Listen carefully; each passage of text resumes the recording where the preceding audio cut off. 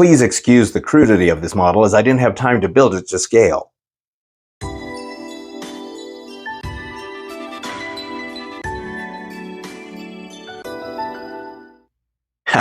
Hey everybody. Well, today we're going to take a look at this interesting and unique prop replica. Now, as many of you know, I love to collect props from TV and movies, whether they be replicas or the actual screen used items. Now, Back to the Future, the trilogy, is one of my all-time favorite movies, and this particular prop specifically comes from Back to the Future 3. So, of course, there's a running gag in all the movies so that whenever Doc Brown is trying to describe to Marty his plan on how to use the DeLorean to either get him back to the future or get him back to the past or whatever, he comes up with these elaborate models, and he always says, please excuse the crudity of this model as I didn't have time to build it to scale or paint it or whatever. And then you look at it, and it's this really elaborate model, and even though he's used found items around his lab and his house, he still manages to come up with these amazing models. So this one here specifically is from number 3. Please excuse the crudity of this model. I didn't have time to build it to scale or to paint it. Oh, thank you.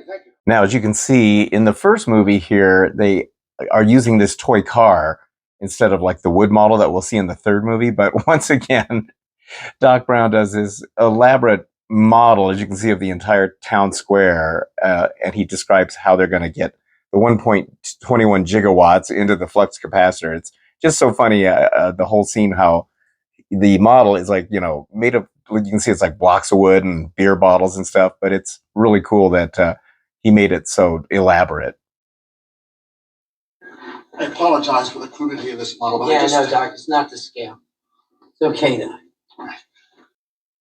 So it turns out in the second movie, there was no scene involving a model and a demonstration of Doc's plan. For some reason, I thought there was. So here we are into the third movie now. So here we can see Doc putting that model of the DeLorean on the tracks. And here we can see a close-up of it when Doc places it on the tracks. You can see what it's made of. Now, I've zoomed in on it so we can get a better look at it, but you can see the whole thing looks like it's made of wood, like the whole body of it. I love this usage of spent bullet casings for the vents in the back. I think that's really cool. Looks like he's got a piece of metal or some kind of tin going across here to hold him in place.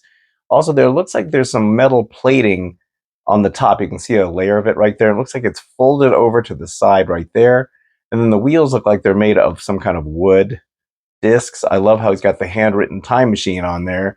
And I think on the front, those might be the tips of bullets or something for the headlights. I'm not really sure, but it's just so funny how Doc mentions the crudity of the model, and yet look at how detailed this is, considering it's made out of just found stuff that he had around the lab or his house. And here's where Doc is demonstrating it going down the tracks when the locomotive is pushing it over the ravine at 88 miles per hour, where it'll activate the flux capacitor. Later on in the movie, we can see another view of it from here, and you can tell that there's like a double wheel system going on there. That's how it rides the rails. All right, so let's go ahead and take a look at this cool little replica. Now, this thing is made of what looks like wood, very much like the original. And so I got this from a seller on Etsy, and he goes by the name Doc's Prop Shop.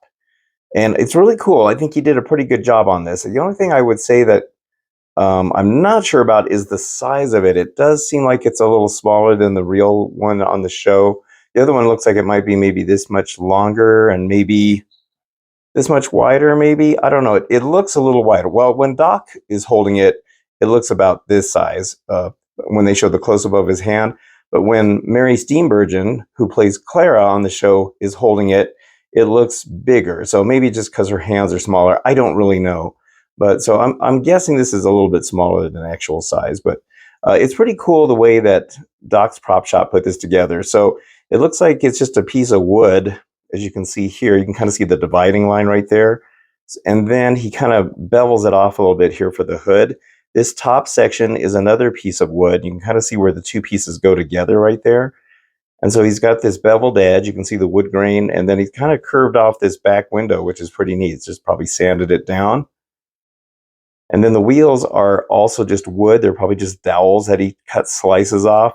Now, they're not double wheels like you saw in the movie, and the wheels don't turn. They're just glued in place. It would be kind of cool if they turned or something, but it's not really a big deal. I think it's mainly more of a display piece. You can see the wood down in here also. I love the handwritten time machine, just like the original prop. Now here we got these cool metal plates that represent the doors on the car. And it looks like they're the same shape. So, you know, they're probably cut to this shape, including this part, and then he just bends it. And then he puts nails in there to, you know, kind of fasten it in there. You can see where it's dented in. But it looks just like it does in the movie. They're on both sides like that. This part here is one of the cooler parts, is the bullet casings.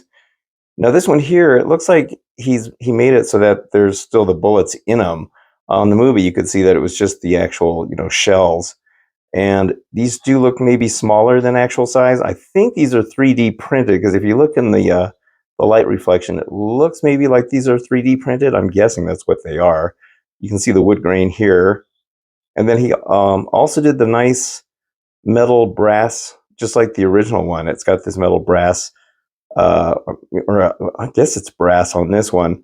You can see how it's hammered in place with the nail. It's interesting the way he folded it. It almost looks like it comes around and goes into this S shape and then comes back around. So it's interesting how he did the fold of it, but it's pretty cool. Also, there's not as many on here as there should be. I think there was 6 or 8 per side, and then there was 2 in the middle. So this one only has, what, 9 of them? So it's missing another 2 rows of the shells. Maybe it was like, I can't remember if there was 2 or 4 more above that. I'd have to go back and take a look at those clips. So it doesn't have quite as many, which is another reason why I think this is smaller than actual size. And then on the front here, he's got these little things here. These, I'm guessing, are 3D printed as well. And then it's cool how you can see how he kind of hand cut the front of this. So yeah, it's a really neat piece. I do like it. I think it's really cool. I just wish it was a little more accurate and a little more bigger.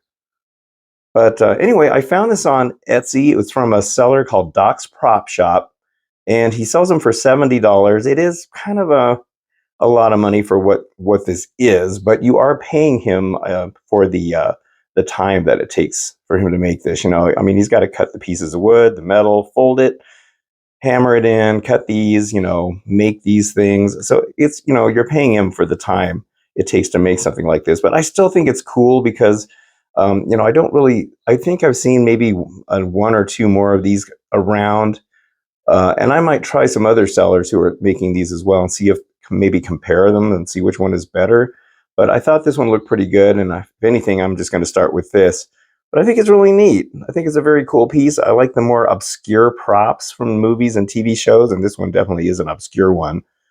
But if you want one of these, I'll put a link in the description to Doc's Prop Shop's Etsy website, and you can get one of these. They are made to order, so expect to wait, I think, about a week for him to create one of these and then ship it out to you.